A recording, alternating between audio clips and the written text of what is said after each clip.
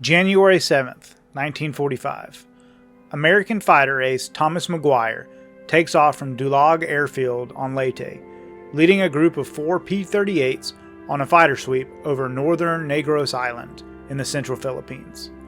While maneuvering to try and help his wingman, tragedy strikes. This is the story of the second highest scoring ace in the history of American aviation.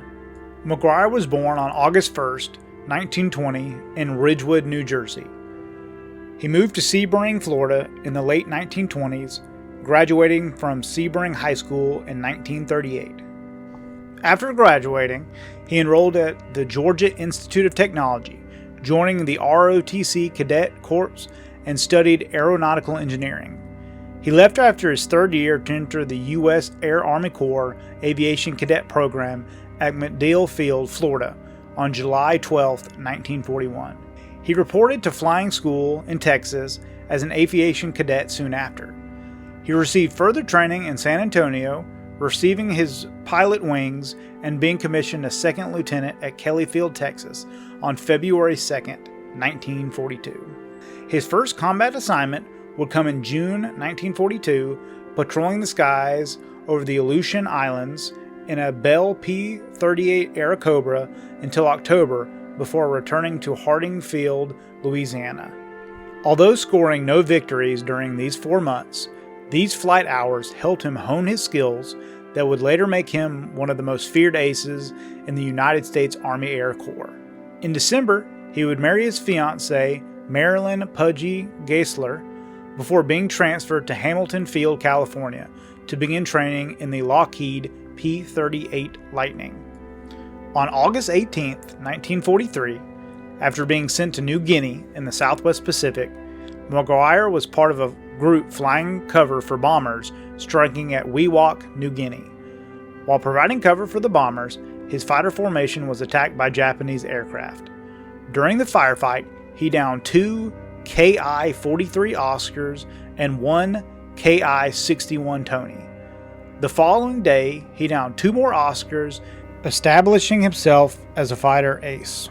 His first brush with death came on October 17, 1943, after scrambling to intercept an approaching Japanese formation consisting of bombers and fighters. While protecting a fellow P-38 pilot, he shot down 3 enemy fighters while sustaining heavy damage to his own aircraft. With his controls ceasing to work, he decided to bail out, but as he tried to exit his aircraft, his parachute became snagged. His P-38 plummeted from 12,000 to 5,000 feet while he struggled to free himself. When it looked like all hope was lost, McGuire was finally able to free himself and bail out of his aircraft just 1,000 feet above the surface. He was rescued by a nearby PT boat, having suffered numerous injuries, including a bullet wound to his wrist and broken ribs. After 6 weeks in the hospital, he was ready to return to the fight, now being promoted to the rank of captain. After being promoted again in May of 1944, he became the operation officer of the 475th Fighter Group while scoring his 38th victory on December 26th, making him the second highest scoring American ace of the Second World War. On January 7, 1945, McGuire led a group of 4 P-38s on a fighter sweep over northern Negros Island in the central Philippines. During their sweep, they were approached by a lone Ki-43 Oscar, piloted by Warrant Officer Akiri Sugimoto, an instructor pilot with over 3,000 hours of flight experience in the Oscar. McGuire's formation soon started taking fire from the Oscar as the Japanese pilot was able to masterfully place his aircraft behind several of the American fighters. As Sugimoto approached one of the American P-38s, McGuire eased up on his turn rate in an effort to draw the Japanese attacker off his wingman. The bait worked, and Sugimoto trained his sights on McGuire. He rapidly increased his rate of turn in an effort to shake the Japanese pilot. His plane stalled only 300 feet above the ground, violently snap rolling and nosing down into the ground. Despite his best efforts, nearly being able to pull out of the dive successfully, his plane smashed into the ground, killing him on impact. Sugimoto was soon hit by gunfire from another P-38 in McGuire's group and forced to crash land in the jungle, where he was killed by Filipino guerrillas.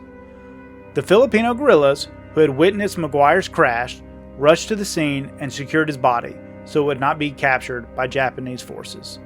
He was posthumously awarded the Medal of Honor for his actions on the 7th of January. During his storied military career, he was awarded the Medal of Honor, Silver Star, and Distinguished Flying Cross, among others.